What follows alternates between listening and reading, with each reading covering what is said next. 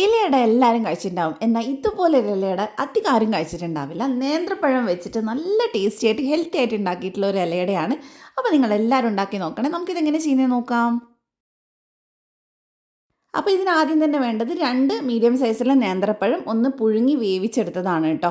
അതിൻ്റെ നമുക്ക് തൊലി ഒന്ന് കളഞ്ഞെടുക്കാം. നിങ്ങൾക്കിത് ആവിയിലോ വെള്ളത്തിലിട്ടിട്ടോ എങ്ങനെയാണ് വേണ്ടതെന്ന് വെച്ചാൽ വേവിക്കാം കേട്ടോ. ഇത് നമുക്കിതൊന്ന് കട്ട് ചെയ്തിട്ട് നടുക്കത്തെ ആ കറുത്ത ഭാഗം ഒന്ന് കട്ട് ചെയ്ത് കളഞ്ഞെടുക്കാം. ഇതെന്ന് പറഞ്ഞാൽ കുട്ടികൾക്കൊക്കെ വൈകുന്നേരം സ്കൂൾ വിട്ട് വരുന്ന സമയത്ത് പെട്ടെന്ന് ഉണ്ടാക്കി കൊടുക്കാൻ പറ്റുന്നതാണ് കേട്ടോ. വേവാനുള്ള സമയം മാത്രമേ വേണ്ടുള്ളൂ.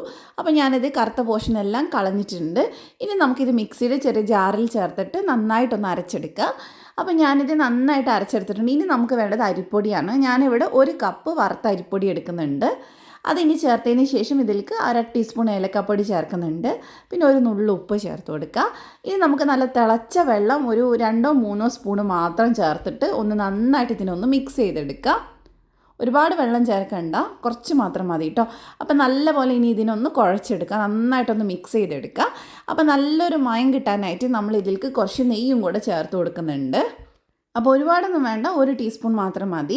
പിന്നെ ഇതിൻ്റെ കൂടെ ഒരു 1 2 നുള്ളു മഞ്ഞൾപ്പൊടിയും കൂടെ ചേർക്കുകയാണെങ്കിൽ നല്ല കളർ ഉണ്ടാവും ഇത് കാണാനായിട്ട്. അപ്പോൾ ആദ്യമേ ചേർക്കാൻ കേട്ടോ നല്ലത് അരക്കുന്ന സമയത്ത്. അപ്പോൾ ഈ നന്നായിട്ട് മിക്സ് ചെയ്ത് നമ്മളിത് ഇതുപോലെ ആക്കി എടുത്തിട്ടുണ്ട്. ഇനി നമുക്ക് വേണ്ടത് ശർക്കരയാണ്. ഞാൻ ഇവിടെ 1/2 കപ്പ് ശർക്കര പൊടിച്ചതെടുത്തിട്ടുണ്ട്. അതിനകത്തോട്ട് ഒരു 2 സ്പൂൺ വെള്ളം ഒഴിച്ചിട്ട് നമുക്കിത് നന്നായിട്ട് മെൽറ്റ് ചെയ്തെടുക്കാം. അപ്പോൾ ഇത് കല്ലൊന്നും ഇല്ലാത്ത തരിയൊന്നും ഇല്ലാത്ത ശർക്കരയാണ് കേട്ടോ. അപ്പോൾ അതല്ലെങ്കിൽ നിങ്ങൾ ശർക്കര ഉരുക്കിയിട്ട് അരിച്ചെടുക്കണം. ഇനി ഇതിലേക്ക് ഒരു അരമുറി തേങ്ങ ചേർത്ത് കൊടുക്കുന്നുണ്ട്. ഒരു 2 നുള്ളു ഏലക്കാപ്പൊടിയും കൂടെ ചേർത്ത് കൊടുക്കുക. ഇനി നന്നായിട്ട് മിക്സ് ചെയ്ത് ശർക്കരയിൽ നന്നായിട്ടൊന്ന് മിക്സ് ആയിട്ട് കിട്ടണം. അപ്പോൾ നല്ല പോലെ നമുക്കൊന്ന് മിക്സ് ആക്കി എടുക്കാം. അപ്പോൾ അത് നന്നായിട്ട് ഡ്രൈ ആയിട്ടുണ്ട്, ഈ പരുവം മതി. ഇനി നമ്മൾ നേരത്തെ ഉണ്ടാക്കി വെച്ചിട്ടുള്ള മാവിൽ നിന്ന് ഒരു ചെറിയ പോർഷൻ എടുത്തിട്ട് നമുക്ക് ഇലയിലൊന്ന് പരത്തിയെടുക്കാൻ കേട്ടോ ചെയ്യേണ്ടത്. അപ്പോൾ പരത്തുമ്പോൾ ഒരുപാട് കട്ടിയിൽ പരത്തി കഴിഞ്ഞാൽ കഴിക്കുമ്പോൾ അത്ര രസം ഉണ്ടാവില്ല. കയ്യിൽ കുറച്ച് എണ്ണയോ നെയ്യോ എന്തെങ്കിലും ആക്കിയതിന് ശേഷം നല്ല തിന്നായിട്ട് പരത്തിയെടുക്കുക.